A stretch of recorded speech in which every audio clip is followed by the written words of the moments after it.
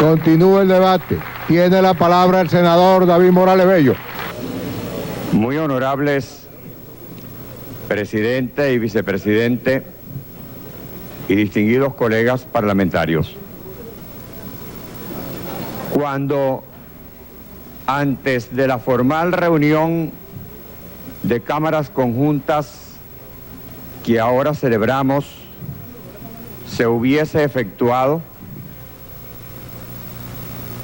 las diferentes fracciones políticas parlamentarias realizamos una muy amplia consulta de opinión a objeto de asegurarnos que al venir a considerar la materia que por su importancia debíamos incorporar al orden del día, mantuviéramos una actitud atenta a un orden de prioridades, conforme al cual no diéramos la menor sensación de que por alguna circunstancia los autores, cómplices o encubridores de estos gravísimos hechos en perjuicio de la democracia venezolana pudieran contar con algún aliento en el seno de las cámaras legislativas nacionales. No hubo una discusión a fondo, sino una expresión racional de un sentimiento obediente a la necesidad colectiva de preservar la democracia evidentemente amenazada. Y debemos destacar que por parte de todos los concurrentes a esa comisión de mesa bicameral ampliada, hubo la más completa anuencia para que quien de nosotros hiciera presentación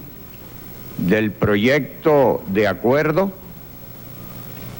dejara constancia de que no habría discurso alguno y que en todo caso, si se presentaba la discusión, no ocurriera esta en la sesión que debíamos destinar a expresar la opinión condenatoria del Congreso contra lo que reclamaba la mayor atención por parte de todos nosotros sin distracción alguna.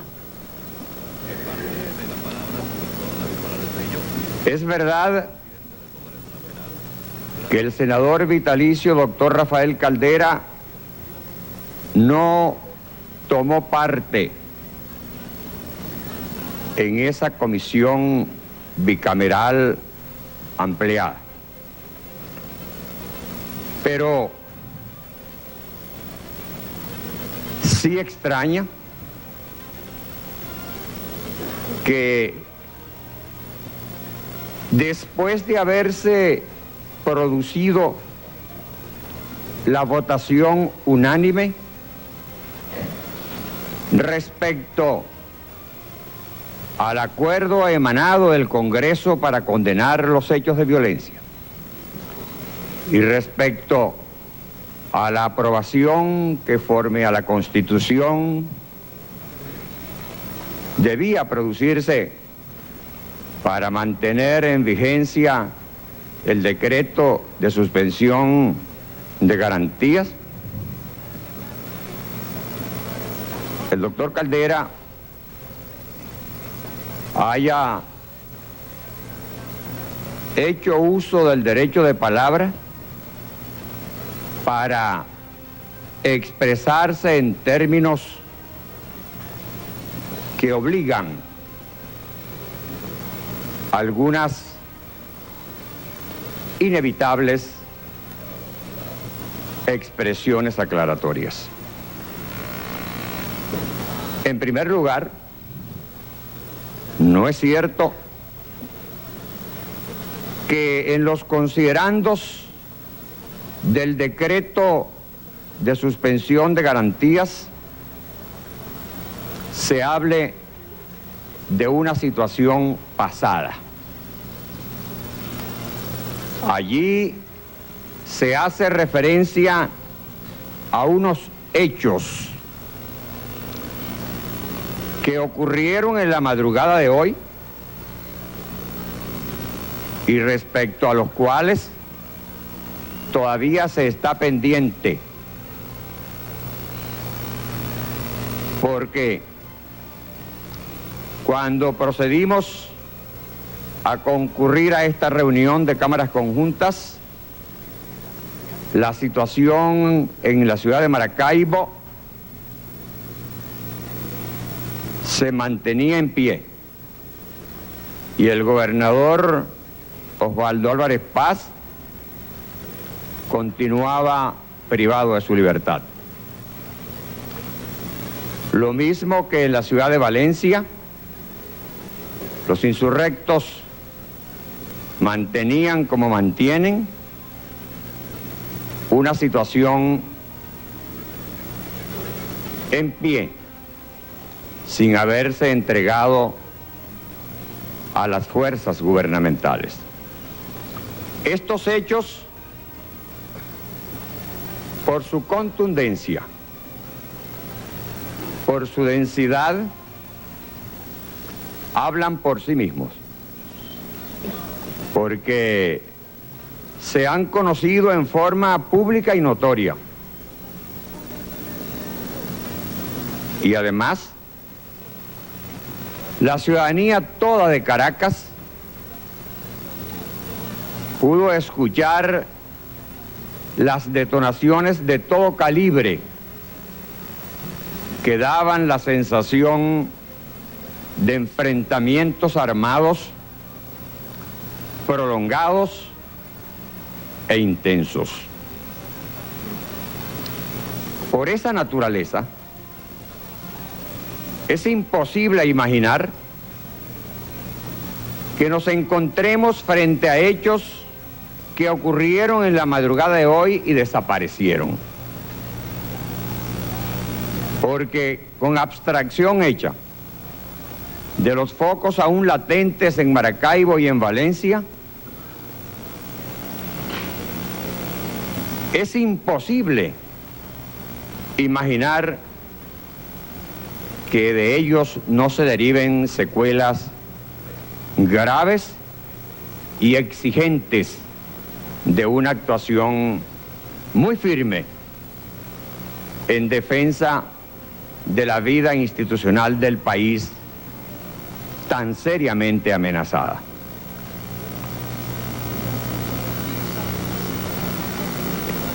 Todos los representantes de los partidos políticos que estuvimos presentes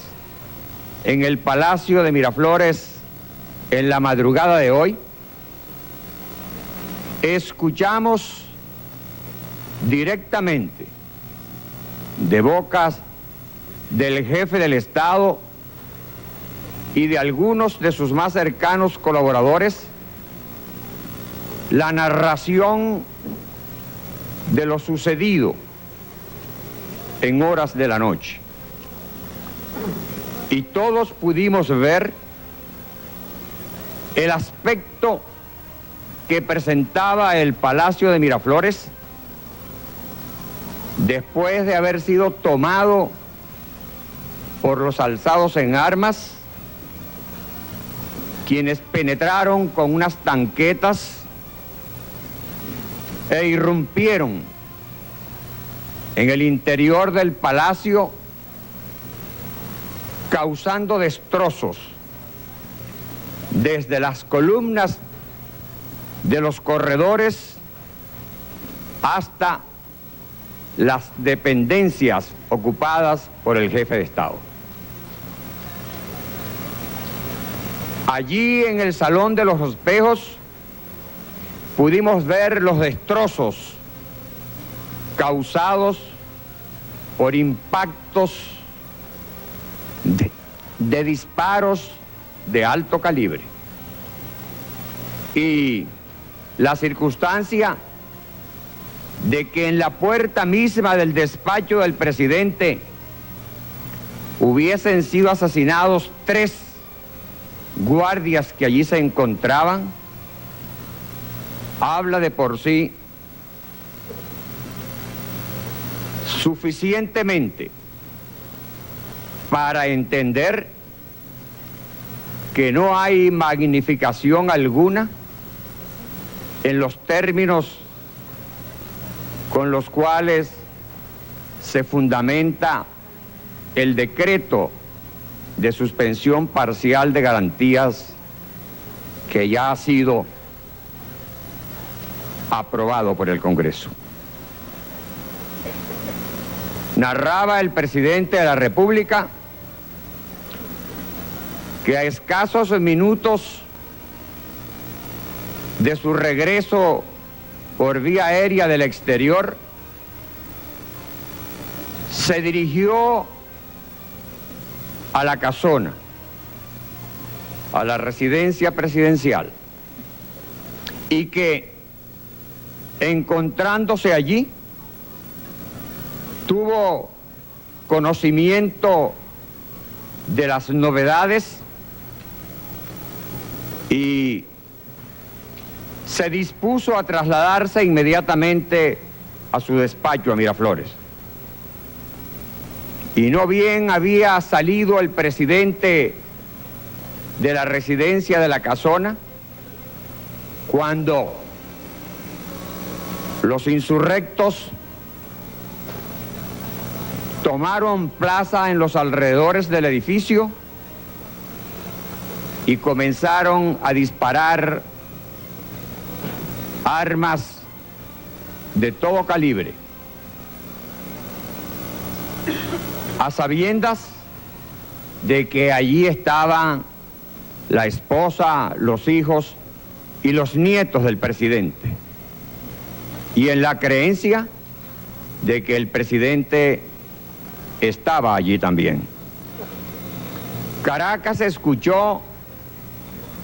lo prolongada que fue la situación de enfrentamiento para la toma de la casona, sin que allí hubiese ningún objetivo militar que pudiese explicar la razón del ataque y el empeño por la toma. Se trataba era de darle alcance al jefe del Estado, y con las armas empleadas no hay que forzar la imaginación para imaginar que la intención no era simplemente detenerlo. Pero hay más. Cuando el presidente llegó al Palacio de Miraflores, se produjo inmediatamente la entrada de las tanquetas y los elementos militares que se introdujeron a Palacio y dieron muerte a los 3 primeros elementos que encontraron. Dispararon igualmente las armas de guerra que portaban y cuyas huellas están allí, en muros, puertas, ventanas, demostrando que lo que había resultado fallido en la Casona esperaban que diera mejor resultado en Miraflores. El presidente Pérez, advertido de lo que ocurría y escuchando las detonaciones de los disparos que se hacían en Palacio en su presencia, optó por recurrir a los medios de comunicación social para informar a la colectividad nacional acerca de lo que estaba sucediendo. Y gracias a la posibilidad que tuvo de salir por otro lugar, no fue a ocupar el carro presidencial que estaba en Palacio y frente al cual se había apostado una tanqueta con un inmenso cañón que lo tenía en la mira, pensando que el presidente saldría a ocupar el vehículo. Si se hubiese tratado de un movimiento militar para deponer el gobierno presidido por Carlos Andrés Pérez, los golpistas hubiesen perpetrado sus hechos precisamente aprovechando la circunstancia de la ausencia del presidente del país. Haber organizado el estallido del golpe con el regreso del presidente y su llegada a la residencia presidencial de la Casona es un elemento absolutamente objetivo que pone de manifiesto las intenciones ciertas de los golpistas. No era deponer el gobierno lo que ellos buscaban, era asesinar al presidente de la República y en consecuencia causar un estado de confusión y zozobra que permitiera establecer el gobierno de fuerza que se proponían. Había en este caso una causa eficiente que los golpistas consideraban facilitadora de su acción, condenable, criminal. Y esa no era otra sino el magnicidio, la muerte al presidente de la República como parte de un plan que habla por sí mismo en razón de la ejecución de la cual fue objeto. Ante estos hechos tan evidentes, sorprende que una mente con tanta experiencia política como la del doctor Rafael Caldera se deje abrazar por la duda y plantee desde esta misma tribuna su no convencimiento acerca de que los golpistas persiguieran asesinar al presidente de la República. Porque aun cuando pudiésemos estar frente a un caso de duda sistemática, las circunstancias son tan evidentes y los hechos son tan notorios que hay que hacer un gran esfuerzo de abstracción para concluir pensando que quienes dispararon esas armas de tan alto calibre durante tan largo tiempo, en forma tan sostenida y hacia lugares tan precisos como la casa donde estaba el presidente, el despacho oficial donde estaba el presidente, lo que buscaban era crear una situación que les permitiera simplemente dar un golpe de Estado. Sí estaba preparado un golpe de Estado, pero con esas gravísimas características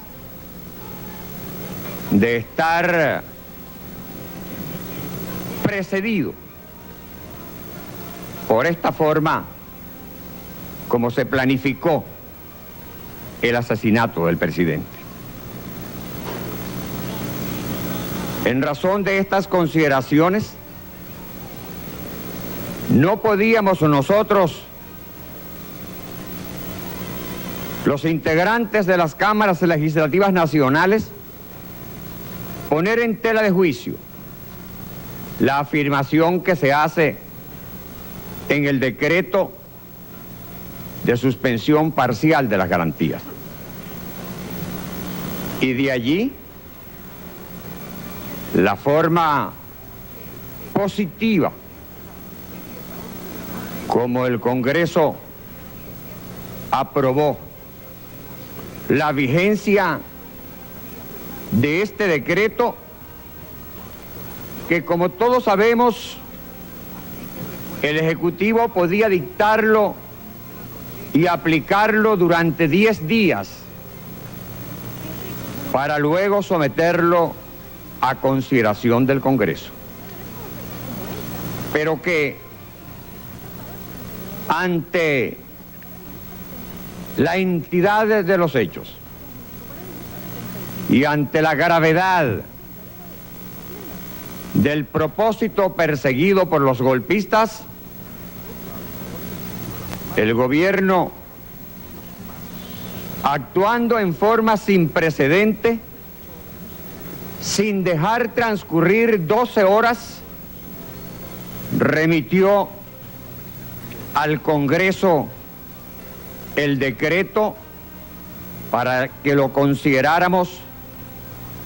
y el Poder Legislativo, cumpliendo con su deber, dictara el pronunciamiento ajustado a la necesaria defensa de las instituciones democráticas tan fuertemente amenazadas por el procedimiento que estamos condenando. No es de creer que una actuación cristalina como esta, precedida por una conversación amplia que el jefe del Estado sostuvo en Miraflores, ya ha rescatado el Palacio con los representantes de los partidos políticos que allí acudieron para darles seguridades de que el decreto de suspensión de garantías se ajustaría en su aplicación a lo que él mismo expresa como fundamentación esencial.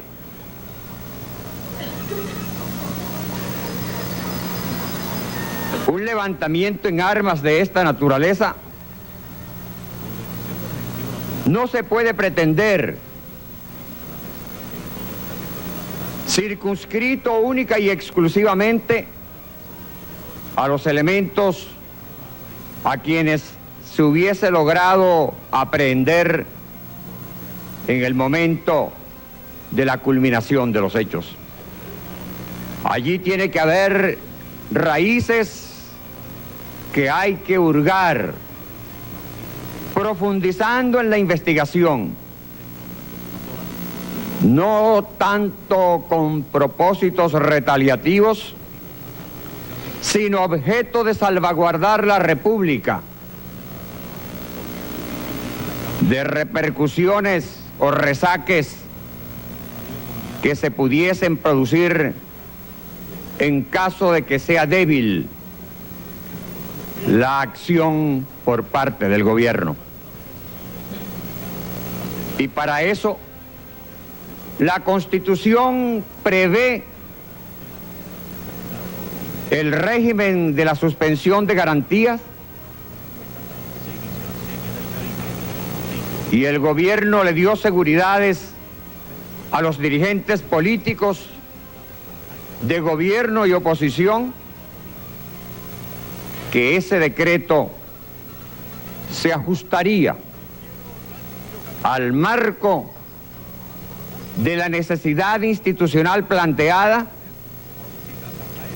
y que la amplitud del gobierno se traduciría en una consulta permanente con respecto a las derivaciones de la aplicación del instrumento. No hacía falta entonces que en el Congreso levantáramos voz alguna para pedirle comedimiento al jefe del Estado, porque el jefe del Estado, consciente de la situación que debe saber atender, de manera espontánea y voluntaria, le hizo el planteamiento a los jefes de los partidos de índice para advertir la seriedad con la cual está actuando el jefe del Estado. Y eso mismo debería impedirnos poner a funcionar cualquier sospechabilidad que nos llevara a imaginar siquiera que el gobierno pudiese valerse de las circunstancias para actuar de manera diferente a como debe hacerlo en defensa de las instituciones democráticas contra las cuales los golpistas han atentado en forma tan evidente. Así las cosas, pensamos que hay exageración en la sensibilidad política del senador vitalicio doctor Rafael Caldera al expresar desde esta tribuna alguna sospecha sobre el desvío que pudiera hacerse del decreto de suspensión de garantías que acabamos de aprobar, y esto debemos observarlo por no compartirlo. Por otra parte, esta sesión extraordinaria de cámaras conjuntas se ha convocado para expresar opinión del Congreso conforme a un orden de prioridades surgido a medianoche y en la madrugada del día de hoy. Ha habido una sonada, un levantamiento en armas por parte de militares traidores al juramento empeñado con la República, y eso se ha traducido en hechos de sangre, en pérdida de vidas y en daños que no estamos en estos momentos en condiciones de determinar. Todo ello conduce a la conclusión de que el país está viviendo una situación muy grave y que hay que enfrentar a quienes materializaron los hechos y a los hechos mismos con absoluta decisión, con irrevocable decisión de ajustarse a ese orden de prioridades para no ceder ante la tentación de desviarse hacia otras consideraciones. No hemos sido convocados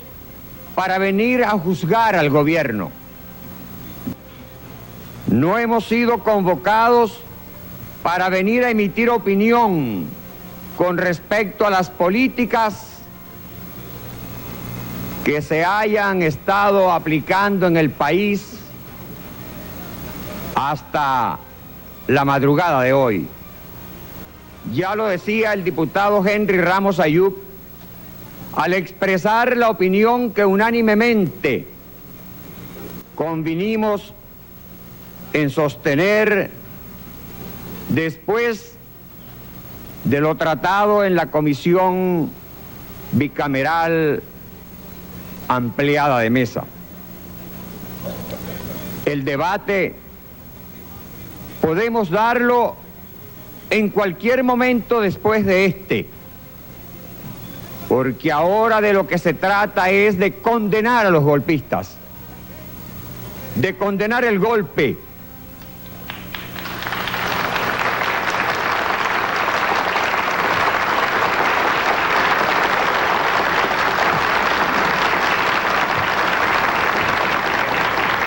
de hacerle saber al mundo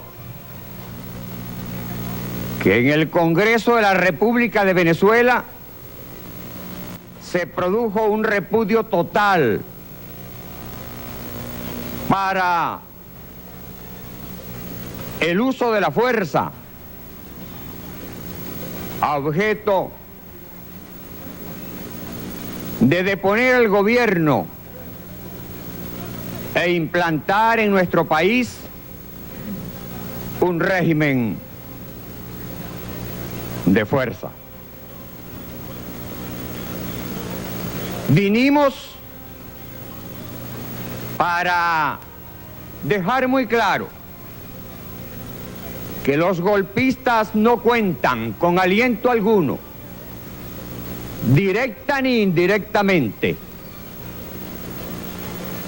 en los diputados y senadores que integran el Congreso de la República de Venezuela. Y por muy inteligente que se sea, y por mucho que se pronuncien las palabras con un bisturí, lo cierto es que se camina en el filo de la navaja cuando, frente a una intentona de golpe como la que estamos condenando, se hacen consideraciones que de alguna manera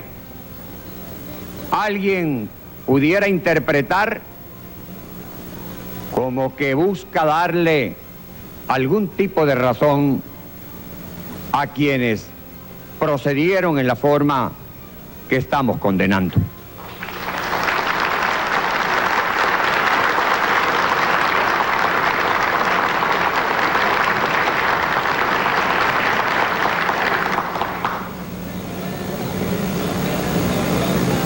No podíamos, sin incurrir en gravísimas contradicciones, plantear a destiempo hechos y circunstancias políticas que desdibujaran la intención cierta y condenatoria del Congreso. Se condena en una sola palabra: mueran los golpistas.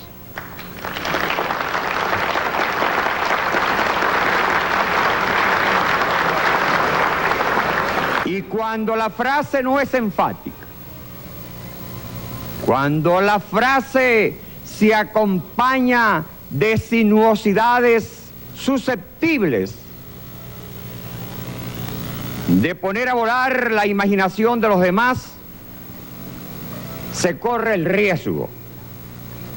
de perder contundencia en la expresión condenatoria, y el Congreso de Venezuela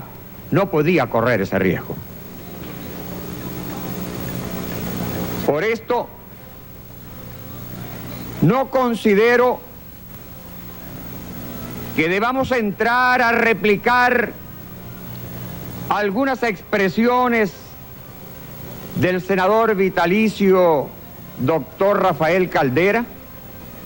señalando errores, fallas,